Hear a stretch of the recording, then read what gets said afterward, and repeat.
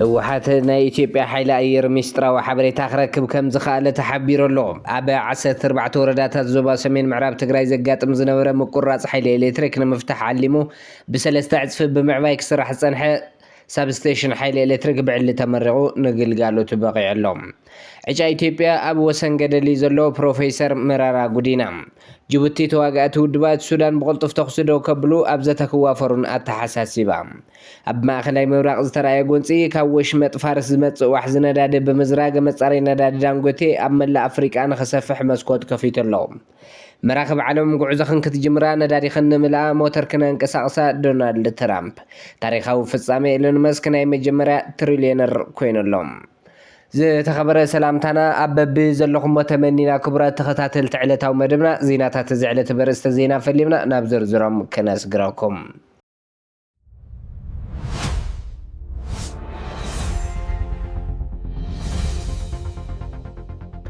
ህወሓት ናይ ኢትዮጵያ ሓይሊ ኣየር ሚስጥራዊ ሓበሬታ ክረክብ ከም ዝኽኣለ ይሕበር። ካብ ፈተውቲ ሃገራት ዝተውፃፅኡ ናይ ሳይበር ክኢላታት ንናይ ትግራይ ናይ ሓበሬታ ክኢላታት ናይ ኢትዮጵያ ኣየር ምክልኻል ምክትታል ስርዓት ኣብ ምቁፅጻር ከም ዝሓገዝዎም ተገሊጹ ኣሎ። እዚ ስጉምቲ እዚ ናይ ኢትዮጵያ ወታደራዊ ዓቕምን ናይ ኣሰራርሓትን ዘቃልዕ ምዃኑ ተሓቢሩ።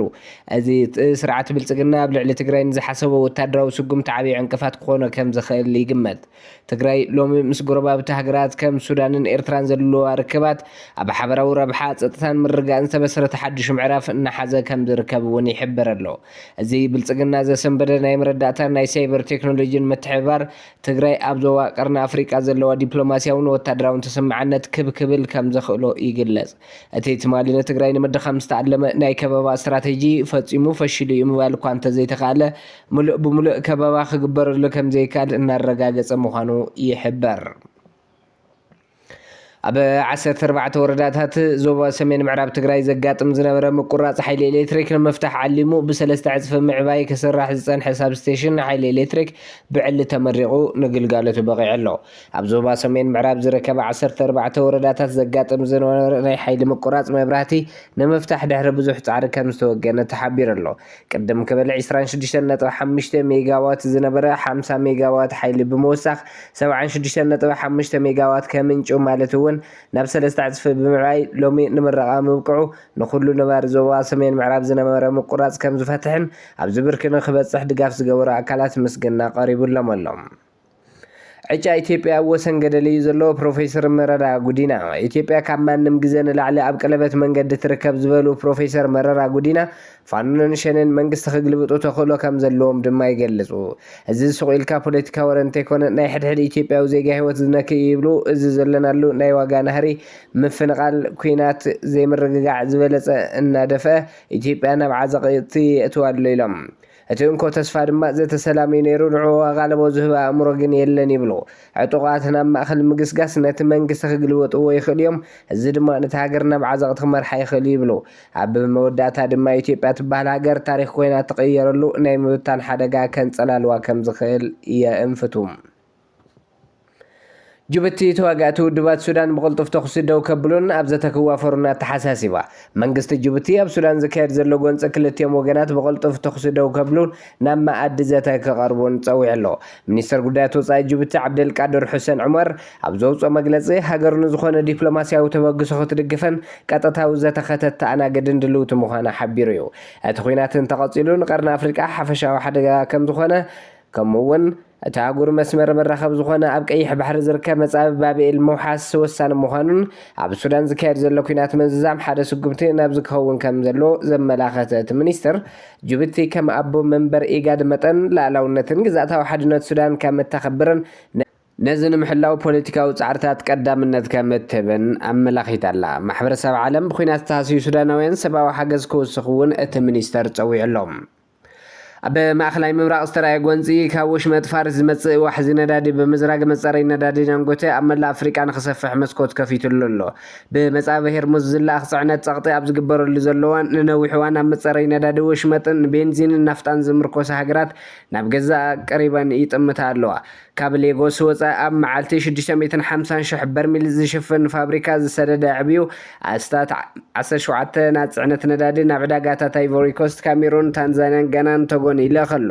ዓደግቲ ካብቲ ዝተበታተነ ቀረብ ሰንሰለት ኣማራፅታት ኣብ ዝደልይሉ ዘለዉ ኣንፅዕነት ድኹዕን ዩርያን እውን ዓብዪ እዩ እቲ መሳለጢ ሕዚ እውን ብምሉእ ዓቕሙ ይሰርሕ ከም ዘሎ ኣሊጎ ዳንጎቴ ንመብዛሕትኦም ምዕራብ ማእኸላይን ምብራቕን ኣፍሪካ ከቕርብ ከም ዝኽእል ይዛረብ